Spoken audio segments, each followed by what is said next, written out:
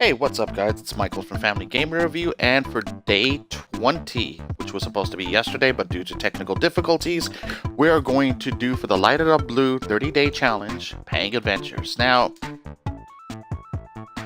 this is going to be a new playthrough, as we deleted the old one. And again, I apologize for all of the delays because of the fact that we had some technical difficulties here at the office, some power outages as always. But what I'm going to do is I'm going to play through Pang Adventures real quickly. And one thing that's special about this here at the office is the fact that it's a very simplistic game. Now, some of you that may see it in a few moments are going to say, wait a minute, I recognize this game. And again, for the Light It Up Blue, we're going to be the blue character. And one thing that it is about this game is simplicity. Now, this is something that you could play with your family. This is something that's very easy to play. As you see here, you just pop balloons. And as you see here, it's nothing violent about the game, you know. Unless you're a bird lover, then you probably would find that very questionable, shooting a bird with a spear. But it's all done in comic fun. Now, as you see here, also, the controls are very simplistic also. It's the A button on the Xbox One controller to shoot, and the objective is to pop the balloon as quickly as you can. And you have one spear, and there's power-ups in the game, of course, you know. Oh, excuse me. There's power-ups in the game that can easily allow you to shoot faster, you know, move faster. As you see right here. The more as you do, the faster, you know, your multiplier opens up.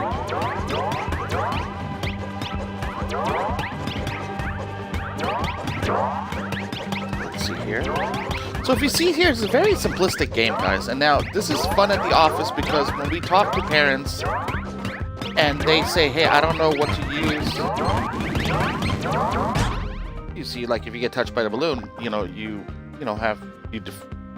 lose the level. But when parents ask us, like, what's a good game to start off with, usually we always recommend something that's easy for you to start off with, meaning the parent, or the adult in this matter, and then something that could be easily played with you and your loved ones. Now, one thing about this Light It Up Blue challenge is the fact excuse me. One thing about the Light It Up Blue challenge is we always try to find the most simplistic games as well as the most fun games. Now, just because a game is simple doesn't mean that it's not fun. Now, there's quite a few games that we had that in the office that are very complex and not fun, and they're very simple and not fun. So we try to find the best of the best. And as more games come out from indie developers, of course, you know, we will feature those, you know, in our weekly, you know, podcasts and so forth. But one thing about this game is that it is a fun game.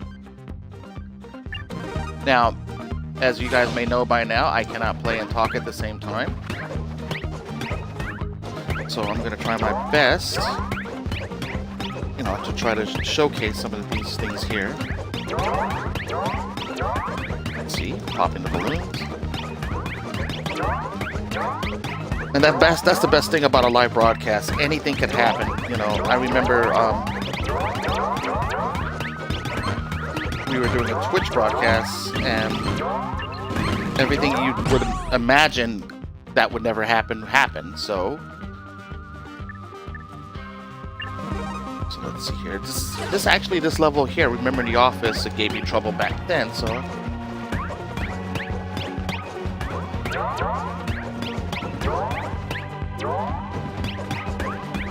I'll try to beat it at the pass this time.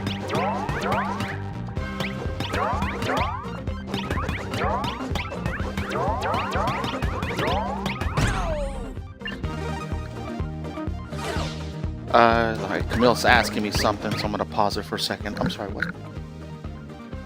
Yeah, what I'm gonna do in this broadcast is I'm gonna see if Camille could jump in with me. Well, she volunteered because she decided to say something, so I'm gonna get her in here.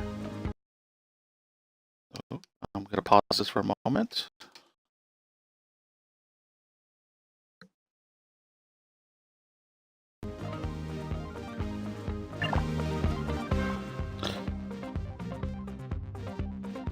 So she's jumping in with me, guys, so...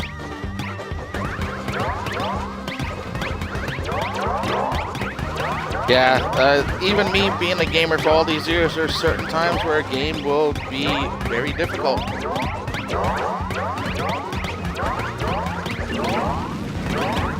There we go, and then we're gonna pass the level. Oh wait. Camille had to beat me to the other flamethrower, so... So, this is one of those games that, if anything, I would say that teaches teamwork. Now, again, trying to play the game by yourself, you see how quickly I was getting defeated at each turn. When you work as a team, and this is a great team build. It's funny, Camille and I, you know, we also have a client that's a team builder, and this would be like when we speak with her, she talks about team building exercises. Well, this is one of those games that's a team building game.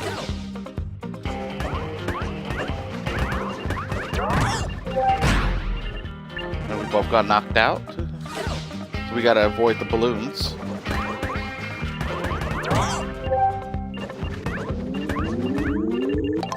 And you can bring your partner back to life.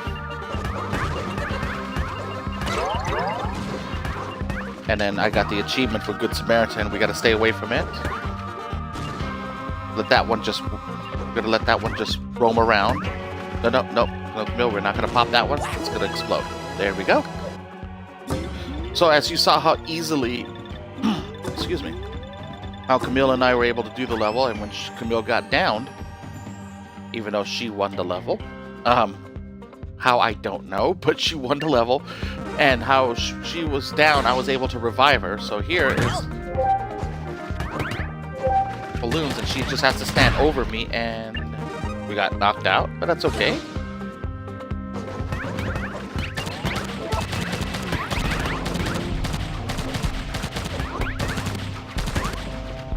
And she got the time freeze power up.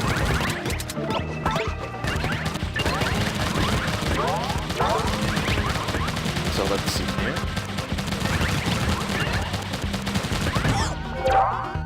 She got knocked down. It's okay. I'm gonna bring her back up.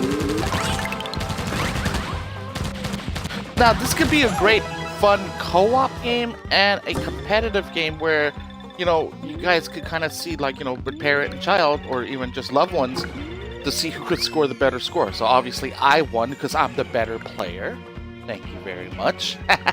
But, you know, enough of me talking about this.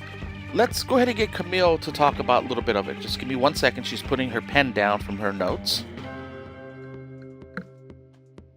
So give me one moment. I'm going to hand it over to Camille.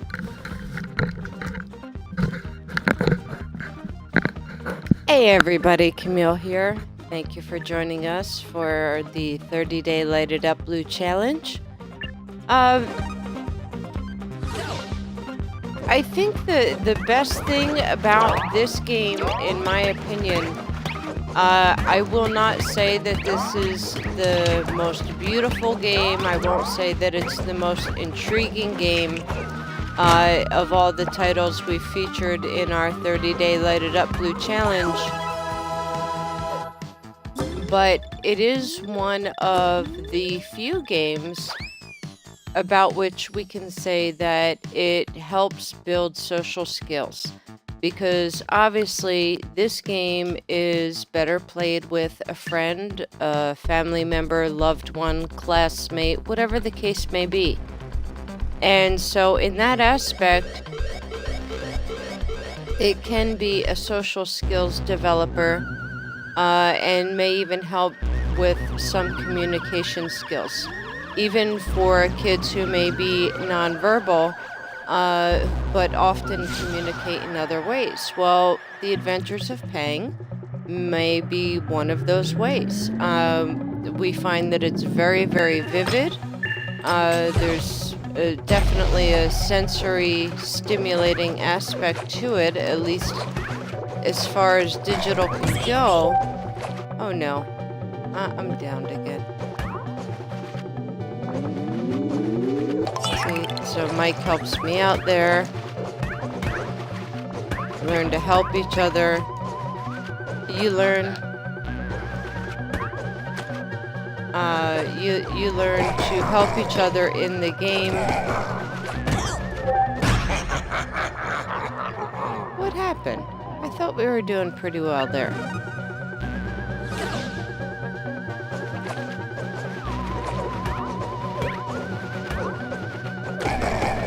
So it's not just about teamwork in and of itself. It's also about the concept. Wait, oh, that's me down. It's also about the concept of helping. That you help. If you help in a team, you're gonna do better. Unless it's me on your team.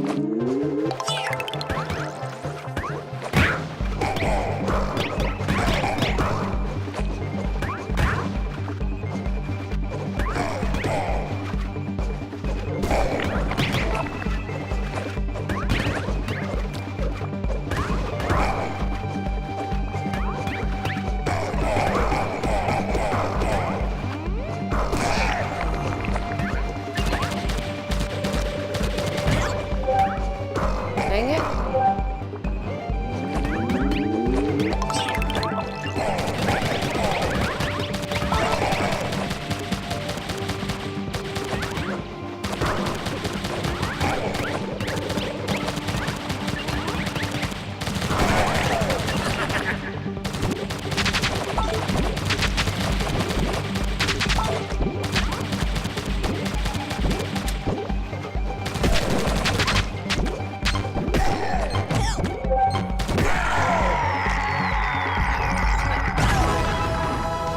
And we made it.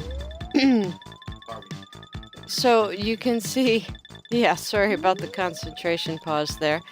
So you can see it not only promotes social interaction and a little bit of communication, even if it's nonverbal. You learn that teamwork and helping each other is a good thing. It's sort of like a very young gamer's way of learning the old adage, if you want to go fast, go alone, but if you want to go far, go together.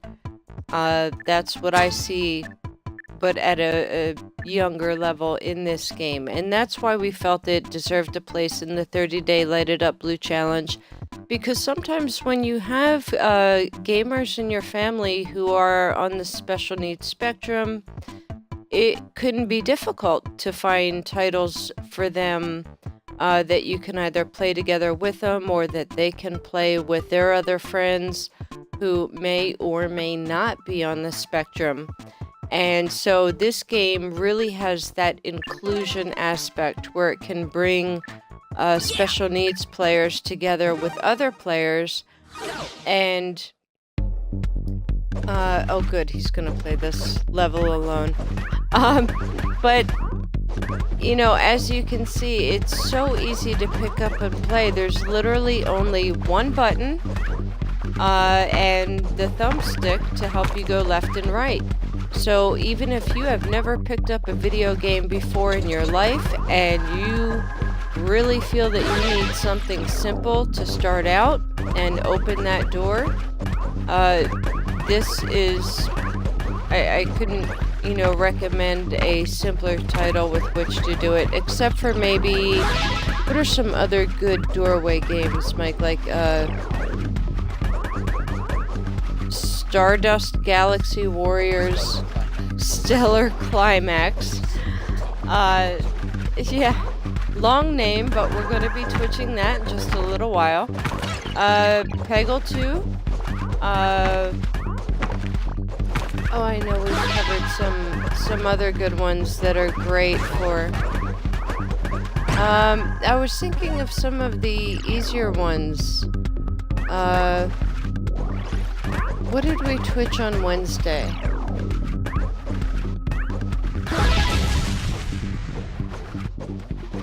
Was that Ori and the Blind Forest Day? Okay, so... Well, anyway, the point is that, you know what, maybe we should do a blog about that. A list of games that are great opener games so that even if you've never picked up a controller, you can pick it up and play with literally anyone. And so we'll definitely expect to see that out on the website soon. I think that will help. We've been getting fabulous feedback from parents after... yes, Overcooked. Great example of very easy to pick up and play.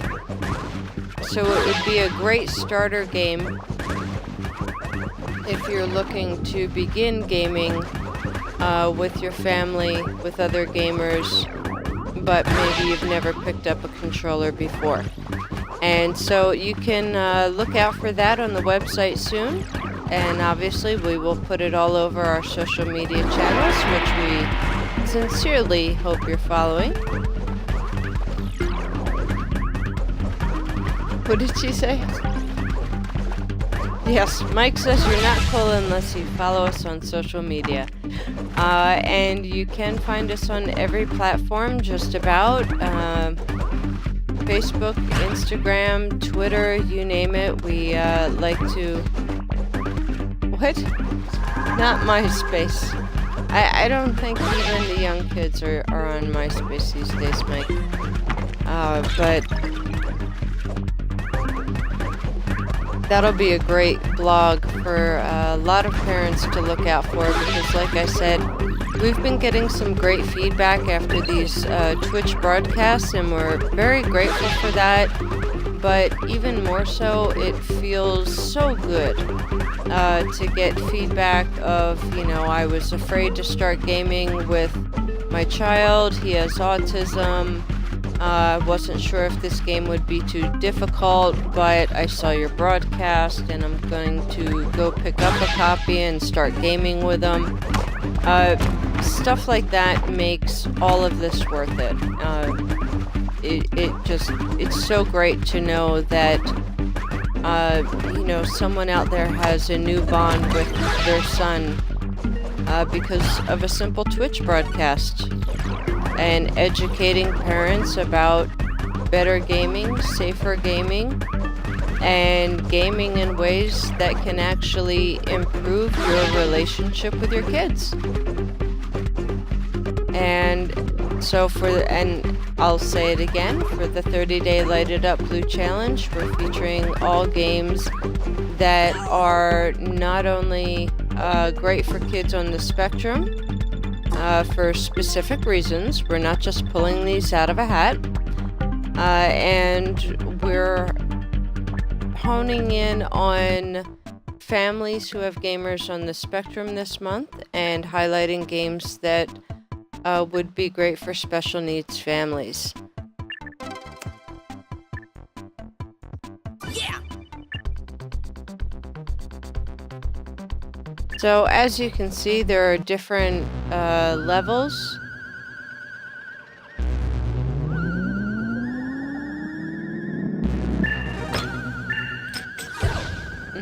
Oh, another good thing Mike did mention, it's funny I did it and didn't even mention it. You can jump in and jump out of the game at any time. So if you noticed, I was playing for a while there